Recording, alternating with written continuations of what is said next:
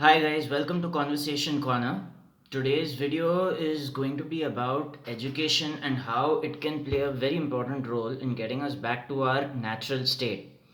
There's a belief or there's an observation that the sages of uh, many millennia ago made that our natural state is to be in a state of joy and peace, and everything that is covering it is caused by either our biological conditioning or societal programming. So when we talk about biological conditioning, we talk about our mind's desire to acquire excess.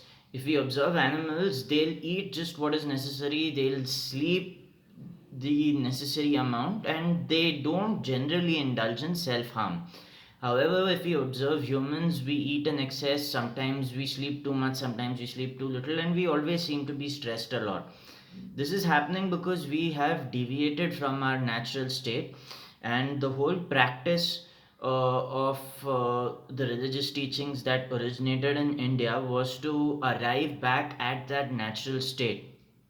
Now, a reason for which most of us are failing to arrive at that natural state is we are not leading with curiosity. We have a cultural program fixed inside of us of what should and shouldn't be done. There are certain things innate to us that we tend to move towards. However, societal programming changes this a little. Let's give an example. So, by our innate nature, human beings are curious and we are looking for wonder or mystique, so to speak, right? A child by nature observes everything and wants to know everything.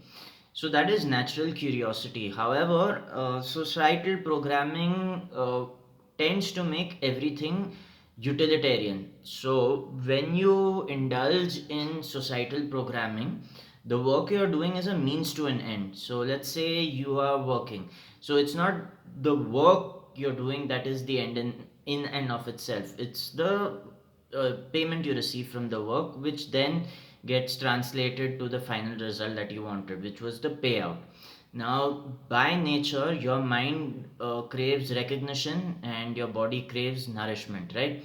So, the highest values that have been placed in society, in the human brain, are recognition, okay, from people around you, and the craving to satisfy your deep animal instincts. So, if we see what we've done with all the money we've earned so far, we'll need to look at what we've done with that money. So, if we take a look at that money, we'll see that a large amount of that money that we earn was spent towards the indulgence of our sensory pleasures, right?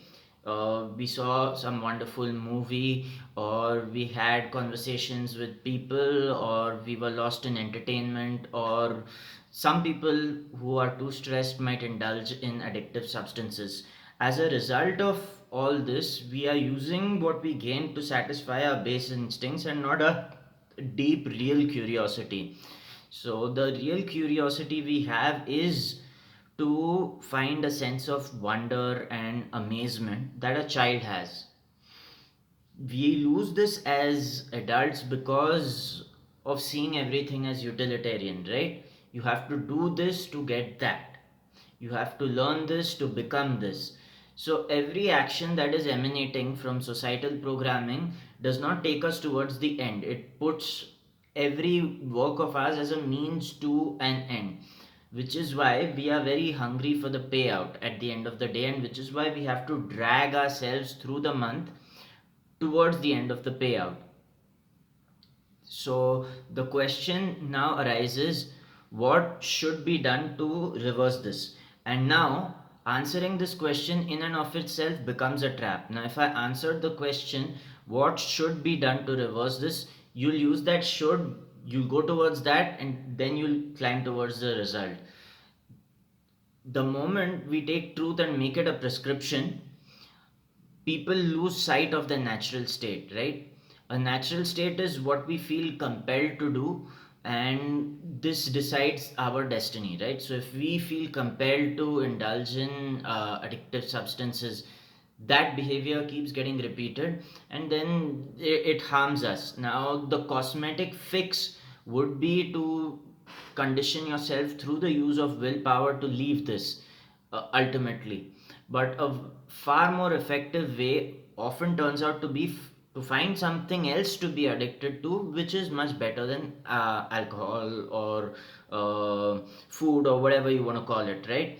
And then when you attach yourself to something far greater than that, the very desire for these substances drops. I don't know if you've noticed this, but if you start exercising daily and if you start eating healthy, very soon you lose this craving for junk food. And then even when you think of junk food, there is a certain repulsion in your body.